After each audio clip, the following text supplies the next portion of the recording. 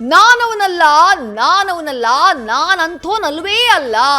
ಈ ರೀತಿ ಹೇಳ್ತಾ ಇರೋದು ಸದ್ಯ ಪೊಲೀಸರಿಂದ ವಿಚಾರಣೆಗೆ ಒಳಪಟ್ಟಿರುವಂತಹ ಅಸಹಜ ಲೈಂಗಿಕ ದೌರ್ಜನ್ಯ ಪ್ರಕರಣದ ಆರೋಪಿ ಸೂರಜ್ ರೇವಣ್ಣ. ಪ್ರಜ್ವಲ್ ರೀತಿಯೇ ತಮ್ಮ ವರಸೆಯನ್ನ ಬದಲಿಸಿದ್ದಾರೆ ಸೂರಜ್ ರೇವಣ್ಣ. ಅಧಿಕಾರಿಗಳು ಏನೇ ಕೇಳಿದ್ರು ನಾನವನಲ್ಲ, ನನಗೇನೂ ಗೊತ್ತಿಲ್ಲ ಅಂತಿದ್ದಾರಂತೆ ಸೂರಜ್ ರೇವಣ್ಣ. ಜೊತೆಗೆ ಆಡಿಯೋದ ಬಗ್ಗೆ ಒಪ್ಪಿಕೊಳ್ಳೋಕು ಕೂಡ ಹಿಂದೇಟನ್ನ ಹಾಕ್ತಿದ್ದಾರಂತೆ. ನಾನಂಥೋನಲ್ಲ, ಯಾಕೆ ಈ ರೀತಿ ಪ್ರಶ್ನೆಯನ್ನ ಕೇಳ್ತಾ ಇದ್ದೀರಿ ಅಂತ ಹೇಳಿ ಮರು ಪ್ರಶ್ನೆಯನ್ನ ಮಾಡ್ತಿದ್ದಾರಂತೆ. ಜೊತೆಗೆ ವೈರಲ್ ಆದಂತಹ ಫೋನ್ ಸಂಭಾಷಣೆಗೂ ನನಗೂ ಸಂಬಂಧವೇ ಇಲ್ಲ ಅಂತ ಹೇಳಿ ಪ್ರತಿಯೊಂದು ಆರೋಪಕ್ಕೂ ಪ್ರತಿಯೊಂದು ಉತ್ತರಕ್ಕೂ ಪ್ರಶ್ನೆಗೂ ಮರು ಪ್ರಶ್ನೆಯನ್ನ ಮಾಡ್ತಿದ್ದಾರಂತೆ ಸೂರಜ್ ರೇವಣ್ಣ.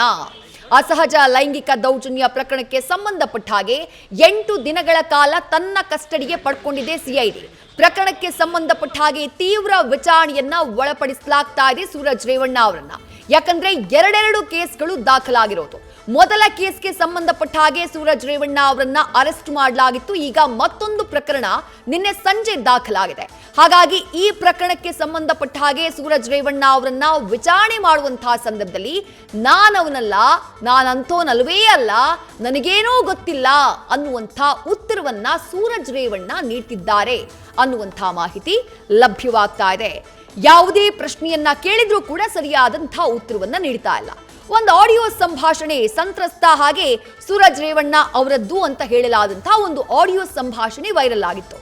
ಆ ಆಡಿಯೋನ ಮುಂದಿಟ್ಟು ಪ್ರಶ್ನೆ ಮಾಡುವಂತಹ ಸಂದರ್ಭದಲ್ಲೂ ಇಲ್ಲ, ನನಗೆ ಆ ಆಡಿಯೋ ಬಗ್ಗೆ ಗೊತ್ತೇ ಇಲ್ಲ, ಆಡಿಯೋದಲ್ಲಿರುವಂತಹ ಧ್ವನಿ ನನ್ನದಲ್ಲ ಅನ್ನುವಂತಹ ಉತ್ತರ ಸೂರಜ್ ರೇವಣ್ಣ ಅವರಿಂದ ಸಿಗ್ತಾ ಇದೆಯಂತೆ. ಹಾಗಾಗಿ ತನಿಖೆಗೆ ಸೂರಜ್ ರೇವಣ್ಣ ಸೂಕ್ತ ರೀತಿಯಲ್ಲಿ ಸ್ಪಂದಿಸ್ತಿಲ್ಲ ಅನ್ನುವಂಥ ಮಾಹಿತಿ ಲಭ್ಯವಾಗ್ತಾ ಇದೆ. ಅಷ್ಟು ಮಾತ್ರ ಅಲ್ಲ, ಈ ರೀತಿ ನಿರಂತರವಾಗಿ ಪ್ರಶ್ನೆ ಕೇಳ್ತಾ ಇರುವಂತಹ ಅಧಿಕಾರಿಗಳಿಗೆ ನೀವು ಯಾಕೆ ನನ್ನನ್ನ ಈ ರೀತಿಯಾಗಿ ಎಲ್ಲ ಪ್ರಶ್ನೆ ಮಾಡ್ತಾ ಇದ್ದೀರಾ, ನಾನಂಥೋನಲ್ವೇ ಅಲ್ಲ ಅನ್ನುವಂಥ ಉತ್ತರವನ್ನ ಸೂರಜ್ ರೇವಣ್ಣ ನೀಡ್ತಿದ್ದಾರಂತೆ.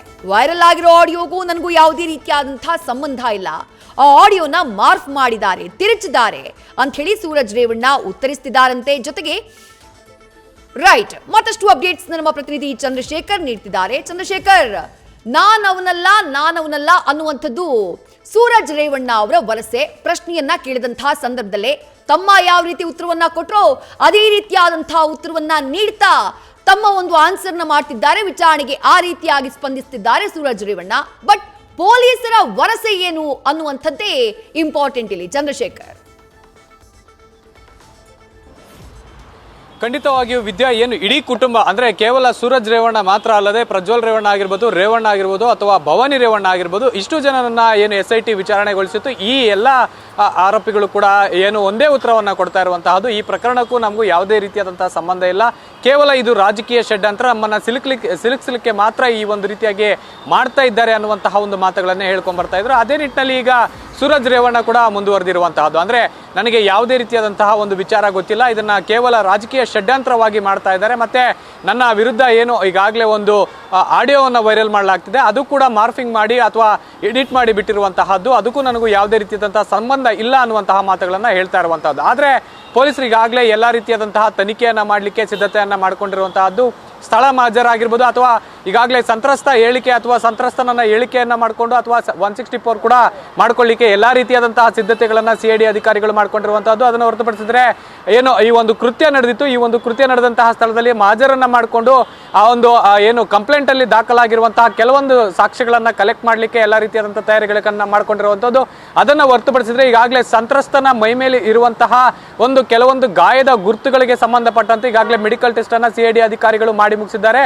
ಅದಕ್ಕೆ ಸಂಬಂಧಪಟ್ಟಂತೆ ಈಗಾಗಲೇ ಕಚ್ಚಿರುವಂತಹದ್ದು ಆಗಿರ್ಬೋದು ಅಥವಾ ಪರ್ಚಿರುವಂತಹ ಉಗುರಿನ ಒಂದು ಮಾರ್ಕ್ ಆಗಿರ್ಬೋದು, ಈ ರೀತಿಯಾದಂತಹ ಮಾರ್ಕ್ಗಳಿಗೆ ಸಂಬಂಧಪಟ್ಟಂತೆ ಸೂರಜ್ ರೇವಣ್ಣನನ್ನು ಕೂಡ ಈಗಾಗಲೇ ಮೆಡಿಕಲ್ ಮಾಡಬೇಕು ಅನ್ನುವಂತಹ ನಿಟ್ಟಿನಲ್ಲಿ ಈಗಾಗಲೇ ಬೋರಿಂಗ್ ಆಸ್ಪತ್ರೆಗೆ ಕರ್ಕೊಂಡೋಗಿ ಅಲ್ಲಿ ಒಂದು ಮೆಡಿಕಲ್ ಅನ್ನ ಮಾಡ್ಲಿಕ್ಕೂ ಕೂಡ ಎಲ್ಲ ರೀತಿಯಾದಂತಹ ಸಿದ್ಧತೆಗಳನ್ನ ಮಾಡ್ಕೊಂಡಿರುವಂತಹದ್ದು. ಈ ರೀತಿಯಾದಂತಹ ಅಂದ್ರೆ ಪ್ರಕರಣಕ್ಕೆ ಸಂಬಂಧಪಟ್ಟಂತಹ ಕೆಲವೊಂದು ಸಾಕ್ಷಿಗಳನ್ನ ಕಲೆ ಹಾಕ್ಲಿಕ್ಕೆ ಬೇಕಾಗಿರುವಂತಹ ಒಂದೊಂದೇ ಸ್ಟೆಪ್ ಬೈ ಸ್ಟೆಪ್ ಎಲ್ಲ ರೀತಿಯಾದಂತಹ ಒಂದು ಸಿದ್ಧತೆಗಳನ್ನ CID ಅಧಿಕಾರಿಗಳು ಮಾಡ್ಕೊಂತಾ ಇರುವಂತಹದ್ದು. ವಿದ್ಯಾ, ಥ್ಯಾಂಕ್ ಯು ಚಂದ್ರಶೇಖರ್ ತಮ್ಮೆಲ್ಲ ಡೀಟೇಲ್ಸ್ಗೆ. ನ್ಯೂಸ್ ಫಸ್ಟ್ ನಿರ್ಭೀತಿಯಿಂದ ನಿಮ್ಮ ಪರವಾಗಿ.